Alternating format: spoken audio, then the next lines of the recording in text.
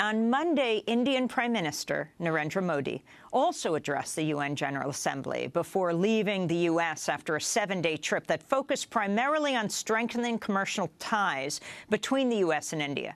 Modi met several high-profile leaders from the world's top tech companies in California over the weekend, including Apple's Tim Cook, Google's CEO Sundar Pichai, and Facebook's Mark Zuckerberg.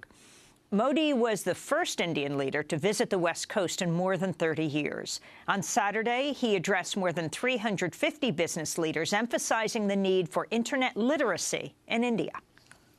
From creating infrastructure to services, from manufacture of products to human resources, development from support governments to enabling citizens and promoting digital literacy, Digital India is a vast cyber world of opportunities for you. The task is huge. The challenges are many, but we also know that we will not reach new destination without taking new roads. More than 100 academics in the United States have written a letter protesting Modi's visit to Silicon Valley, warning tech giants of dangers of doing business with a government that has, quote, demonstrated its disregard for human rights and civil liberties, as well as the autonomy of educational and cultural institutions, unquote. On Sunday night, Prime Minister Modi spoke before a crowd of 18,500 people in San Jose. 3,000 people reportedly protested outside the venue, drawing attention to Modi's record on human rights. Before his election, Modi was barred from the United States for many years over his role in anti-Muslim riots in 2002 that left more than 1,000 people dead. Modi was the chief minister of Gujarat, where the killings occurred. He has never apologized for or explained his actions at the time. Still with us, Vijay Prashad, professor of international studies at Trinity College, columnist for the Indian magazine Frontline, author of a number of books, including Arab Spring, Libyan Winter. We are also joined by Ruth Manorama.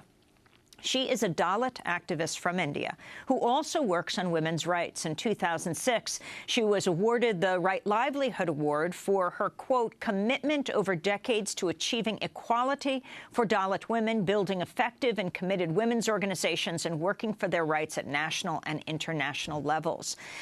Welcome, Ruth Manorama, to Democracy Now! Thank you very much. It's great to have you with us. Yes. And Professor Vijay Prashad, thank you for staying with us.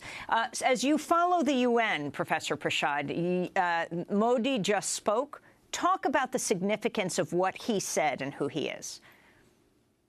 Well, Narendra Modi is very much like the Turkish leader Recep Tayyip Erdogan in that he wants to be the strongman of his country, doesn't want to get himself tied down with the minutiae of government, which is why he has been essentially on the road for most of his prime ministership. He's been traveling in East Asia to Australia.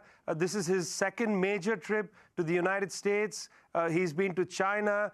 And everywhere he goes, he sort of tries to stand above the fray. This is very smart politics because meanwhile, in India, his cabinet is running a very different kind of government. It has been pushing against civil libertarians. It has been trying to stuff its own very narrow agenda kind of people into the various cultural and educational institutions. It's been going after people who are trying to raise issues of Modi's tenure in Gujarat during the pogrom of 2002, particularly the campaigner Tista Setalwad.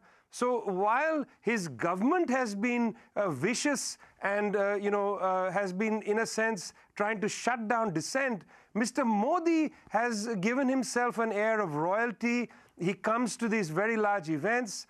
He has a certain charisma. And at the UN as well, he talks as if he is the most beloved person on earth. Obviously, he makes, a great impact.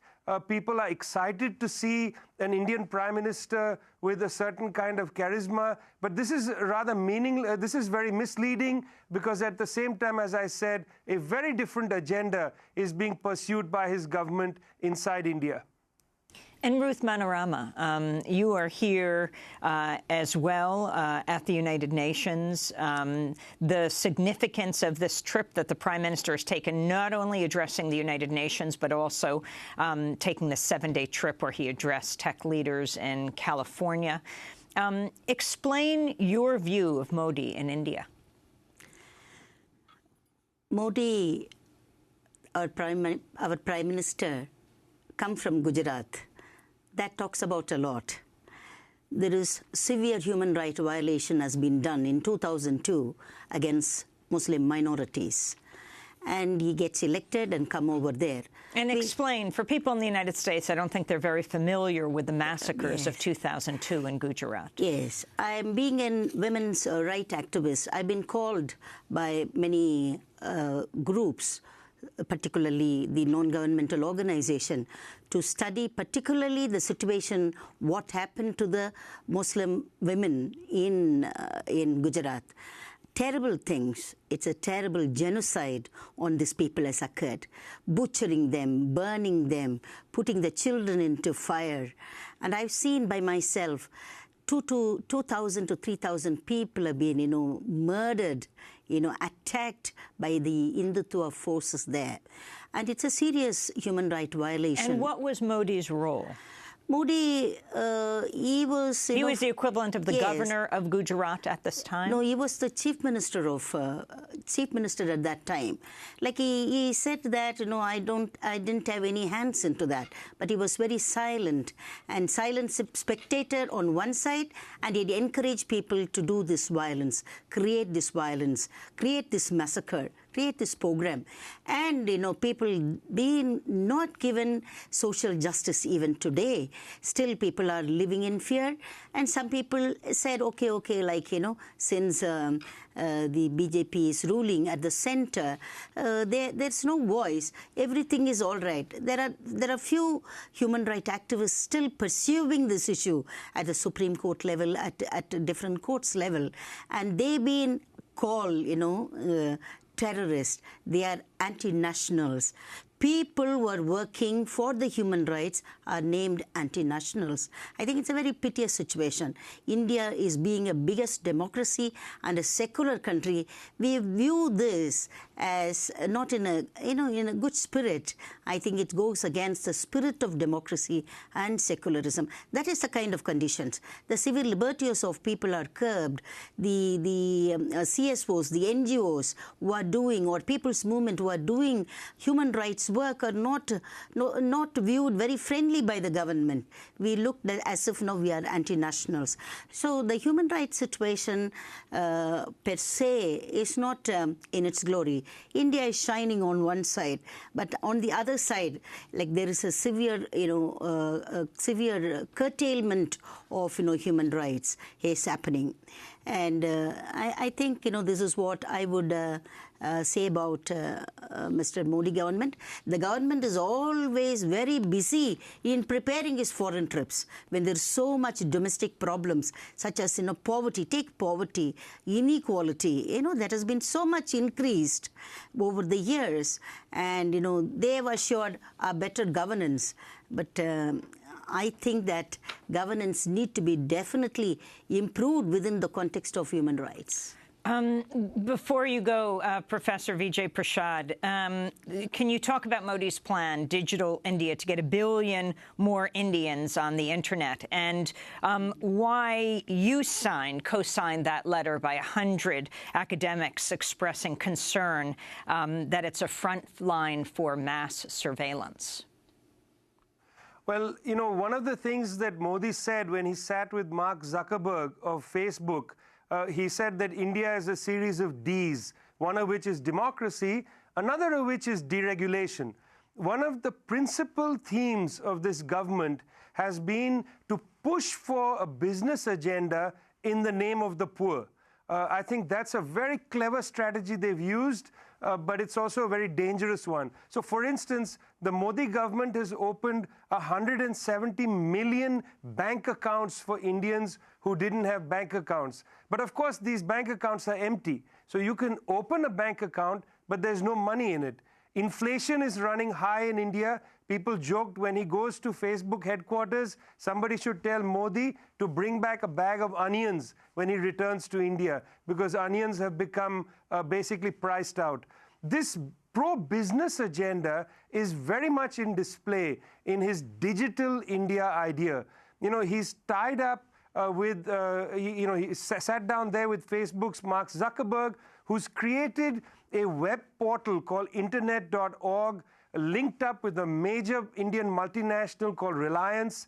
The idea is to get the poor with the ability to get onto the internet in the same way as the poor were merely given bank accounts. So they'll have access to the internet. The problem is that both Facebook and Reliance are constraining the kind of internet that people are able to reach. In other words, the principle of net neutrality, which is that when you enter the internet, you should be able to go anywhere you like, is being constrained by what Facebook and Reliance are producing in this phenomena called internet.org.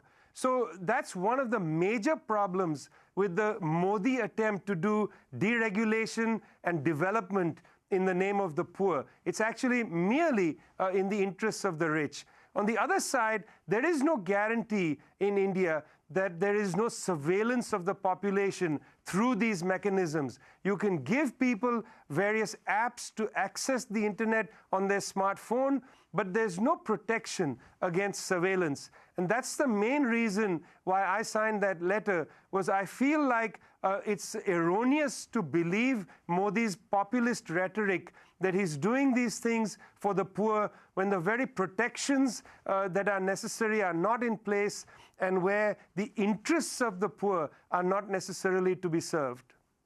Vijay Prashad, I want to thank you for being with us, Professor of International Studies at Trinity College in Connecticut, columnist for the Indian magazine Frontline, author of a number of books, including Arab Spring, Libyan Winter, and The Poorer Nations, A Possible History of the Global South.